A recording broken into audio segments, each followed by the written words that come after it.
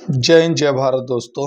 News all area में आपका स्वागत है। मैं मिथिलेश कुमार और आज मैं आप लोगों को बताऊंगा कि राजनीति में बदनाम करके क्या हासिल होता है।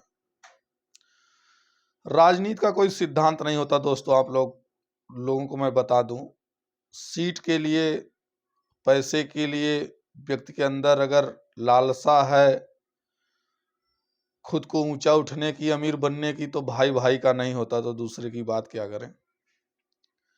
लेकिन अभी मैं बात करूंगा कि बदनाम कैसे करके फायदा उठाते हैं राजनीति में। भाजपा पार्टी जो है, इनसे सीखना चाहिए कि बदनाम कैसे किया जाता है दूसरे को। राहुल गांधी को पप्पू साबित कर देना, अखिलेश यादव को टोटी चोर साबित कर देना, लालू यादव को चारा चोर साबित कर देना, मुलायम यादव को मुल्ला मुलायम कह देना। आप लोगों को शायद मालूम होगा, लेकिन ये छुपाया गया। मीडिया वालों ने आप लोगों को बताया नहीं कि जिस समय मुलायम सिंह यादव जी ने अपना शरीर छोड़ा, प्राण त्यागे, तो जहां पर वो पहलवानी किया करते थे, कुश्ती लड़ा करते थे, पीपल का पेड़ बताया जाता है वहां पर एक था। हम तो गए नहीं हैं, लेकिन हमने बहुत ध्यान से उस पेपर में छोटी सी कटिंग आई थी। पेपर में बहुत छोटी सी कटिंग और मुल्ला मुलायम की हेडिंग बहुत बड़ी आती है।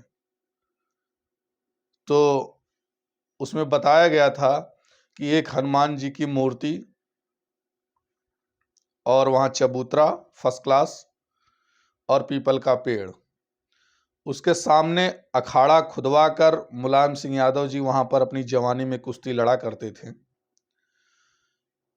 और जब वो फ्री होते थे, वहां आकर बैठते थे, तो उनके हम उम्र के लोग आकर उनसे चर्चा भी करते थे।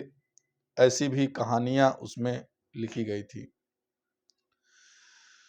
तो दोस्तों, इस बात को इतना छुपाया गया। मुल्ला मुलायम पूरे भारत में फेमस है, लेकिन मुलायम सिंह यादव जी हनुमान जी के अन्य भक्त हुआ करते थे, पहलवानी के जानकार थे। मंच पर उठाकर किसी भाषण में उन्होंने एक दरोगा को पटक भी दिया था।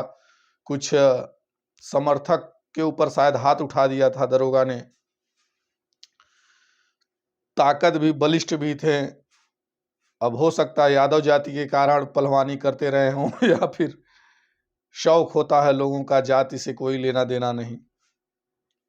हर यादव जाति पहलवान, हर यादव जाति में हर व्यक्ति पहलवान नहीं है, ऐसा कुछ उसका लेना देना नहीं है जाति से। तो इस बात को दोस्तों इतना छुपाया गया। एक दिन हम गए थे लखनऊ समाजवादी पार्टी के कार्यालय में। लखनऊ हम लगभग 7 दिन रुके थे और हर जगह हमारा आना जाना हुआ था। भाजपा कार्यालय, सपा कार्यालय और वहाँ के जो फेमस कुछ मंदिर थे, और एक सूर्य आश्रम है, वहाँ के संत हैं हमारे यहाँ तेली तारा के जो अशोक मानव जी, उनके यहाँ भी हम गए थे। तो हम जब कहीं जाते हैं, रुकते हैं, तो भ्रमण हर जगह करते हैं। जहाँ जहाँ हमको समझ में आता है कि नहीं जाना चाहिए, हमको सीखना चाहिए, जानकारी प्राप्त करनी चाहिए और अपने दर्शकों को जानकारी देना भी चाहिए। तो ये नरेटिव गढ़ना, किसी को बदनाम करके विजय प्राप्त करना, ये राजनीति का एक सिद्धांत भाजपा से अन्य पार्टियों को सीखना चाहिए। तमाम तरह के आरोप उनके ऊपर, स्वयं के ऊपर लगे। अभी हाल फिलहाल में चुनाव आयोग को शिकायत किया है कांग्रेस पार्टी वालों ने कि सेना का हेलीकॉप्टर मोदी जी यूज कर रहे हैं चुनाव आयोग ने, जबकि आचार संहिता चल रहा है, आदर्श आचार संहिता बोला जा रहा है। तो इस पे भी आप देखेंगे तो बहुत ज्यादा जो है संज्ञान नहीं लिया जाएगा मामले को, क्योंकि दबदबा जो है वो प्रधानमंत्री जी का कायम है। और वो ब्रिजभूषण शरण सिंह का दबदबा हटकर अब प्रधानमंत्री मोदी का दबदबा जो है वो कायम है। तो और आप पाएंगे कि जब हम सपा कार्यालय में जब हमने एंटर किया, तो राइट साइड में कार्यालय जो है वो कर्मचारी वो जो फोन पे रहते हैं, उनका नाम मुझे नहीं याद आ रहा है, बकायदा हमने वहां से नंबर भी लिया था कि कभी कोई मीटिंग होगी तो हम आपको फोन करके इत्तला कर देंगे, तो आप जो है मीटिंग फिक्स करा दीजिएगा। लेकिन राष्ट्रीय अध्यक्ष अखिलेश यादव जी से हमारी मुलाकात भी हुई थी, बात भी हुआ था, मुश्किल से 30-35 सेकंड, 1 मिनट भी नहीं बात हुई होगी। सिनेमा हॉल के माफिक उनका बना है मीटिंग हॉल, कुर्सियां जो हैं एक सिरे से नीचे से ऊपर जाती हैं, साइकिल का लोगो जो है बन के पीछे लटका हुआ है। आप लोग तमाम वीडियो में देखते होंगे जब अखिलेश यादव जी पत्रकार वार्ता करते हैं या कोई संदेश पार्टी के लोगों को प्रेषित करते हैं, तो तमाम वीडियोस में आप लोग देखते होंगे उस हाल में। तो जितने लोग बैठे थे मीटिंग हॉल में, सब लोग एक एक करके आते जाइए, अपनी बात करते जाइए और निकलते जाइए, ये सिलसिला और ये नियम था वहाँ का। तो जब हमारी बारी आई तो हमने अपना परिचय दिया, मिथिलेश कुमार शाहगंज से हम आए हैं। तो उन्होंने जो कहा उन्होंने, अब आप लोग अगर, क्योंकि उन्होंने मजाक में कहा तो उसको बहुत बड़ा तूल देना जरूरी नहीं है, मैं समझता। तो उसके बाद तो मैंने ये देखा पूरे कार्यालय में 2-3 जगह हनुमान जी के फोटो और मूर्तियां थी।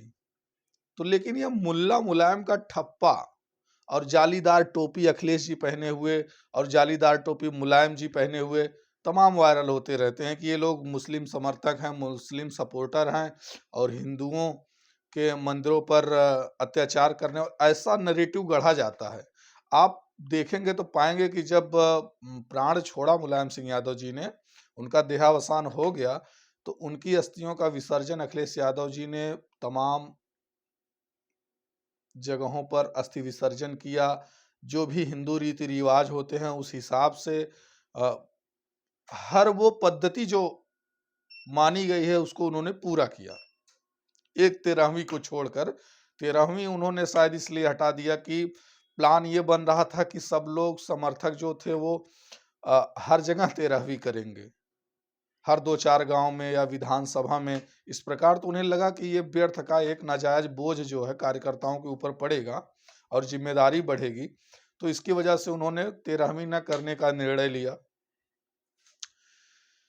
तो लेकिन ये लोग, मुझे लगता है ये भी उतने ही जिम्मेदार हैं जितना कि अखिलेश यादव जी, और मुलायम सिंह यादव जी भी उतने ही जिम्मेदार हैं कि जब इनकी फोटोएं वायरल की जाती थी जालीदार टोपी वाली, तो इन्होंने भी खुल के उसका विरोध नहीं किया कि हम कहीं जाते हैं टोपी पहन लेते हैं तो अपने धर्म में हैं, तो पूजा पाठ भी कर रहे हैं, हनुमान जी की फोटो रखे हैं। इसका उन्होंने कभी खुलकर किसी प्रेस कॉन्फ्रेंस में, इंटरव्यू में उन्होंने सफाई नहीं दी।